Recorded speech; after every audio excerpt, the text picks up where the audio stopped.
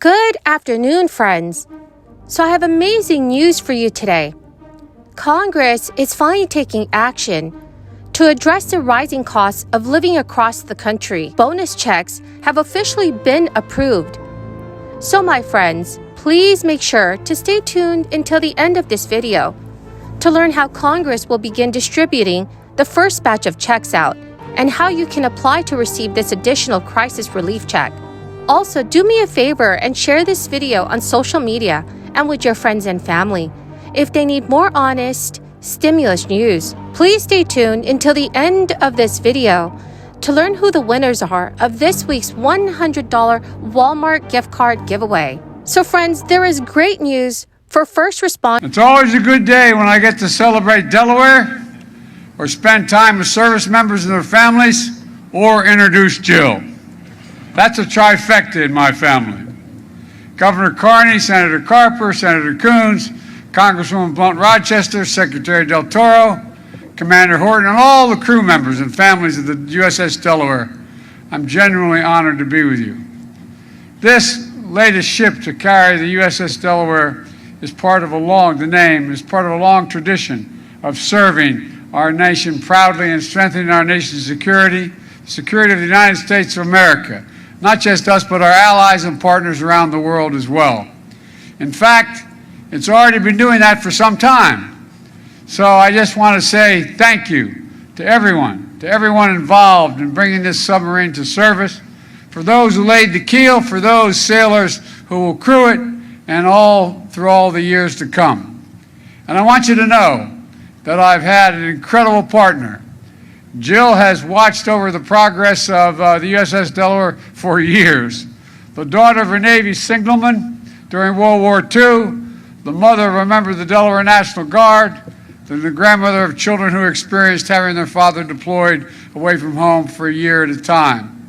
She always holds our military and their families in her heart, and that is not hyperbole, that's real. And I'm deeply proud of the work she's doing as First Lady with Joining Forces initiative she started with Michelle Obama when she was Vice President and now carries on. As First Lady, she's been to more military installations around the world. She's hosted more than 20 events for military families. In the state of Florida, Governor Ron DeSantis has just given the green light for $100 million from the state's new budget to go out as $1,000 bonuses to first responders. This is the second year in a row that Ron DeSantis has looked to reward first responders in his state, following a difficult couple of years due to the crisis. So these checks are now as a first responder stimulus, and there are eligibility requirements that residents have to meet. In order to receive this $1,000 bonus, you must be a law enforcement officer, firefighter, paramedic, or emergency medical technician in the state of Florida. During a press conference today, Governor DeSantis told reporters whether it's a sheriff's department and sheriff's deputies, whether it's a municipal police department, fire, paramedics, EMTs, you name it, you are eligible. We're proud to be able to stand with our great first responders in the state of Florida.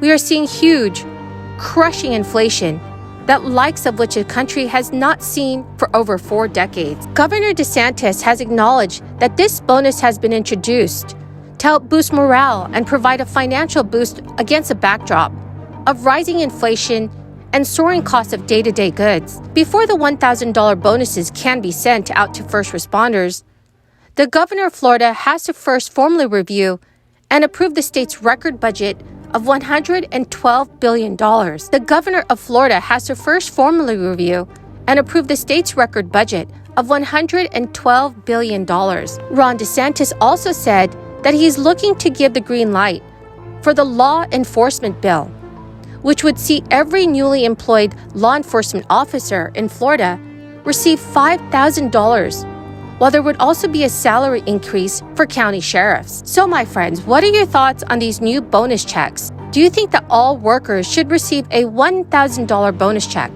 Please let me know in the comments section below.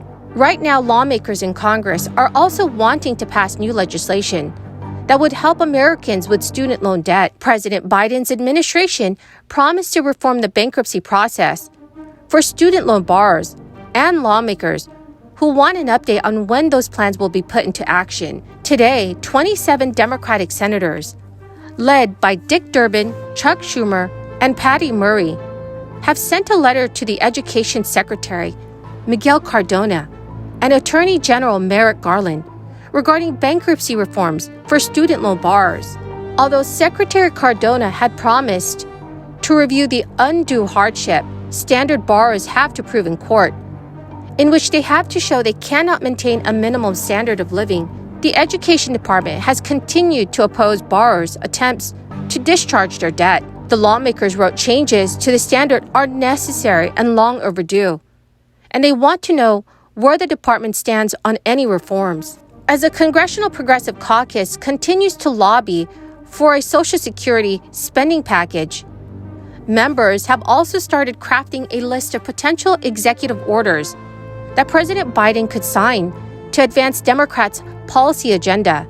Democratic Representative Pramila Jayapal, who's the chair of the nearly 100-member Congressional Progressive Caucus, has already announced her goals to get President Biden's domestic agenda passed this month in April. Progressive lawmakers in the House are urging that President Biden sign an executive order as soon as possible to get more relief money out to the American people. Progressives warn that if President Biden does not start signing more executive orders, Democrats' failure to follow through on many of their campaign promises will result in a low voter turnout among their supporters in November. The Congressional Progressive Caucus has a list of possible executive orders that President Biden may pass. The list addresses everything from climate crisis to healthcare costs, covering a broad array of issues. The suggestions include expanding Affordable Care Act insurance coverage for 5.1 million families and lowering the cost of essential drugs like insulin. To help families' budgets, lawmakers are also calling for canceling federal student loan debt and expanding eligibility for overtime pay. Well, my good friends, that is the end of my daily stimulus update video. Thank you very, very much for everyone who's watching. I greatly appreciate all of you. The three winners of this week's $100 Walmart gift card giveaway are Jennifer Robinson, Patricia Bonner, and Lula Ganelli. Congratulations, my friends! Please note that if I have announced you as the winner, do check your notifications page to go ahead and claim the gift card. Thank you very, very much, everyone, and have a wonderful and blessed Saturday.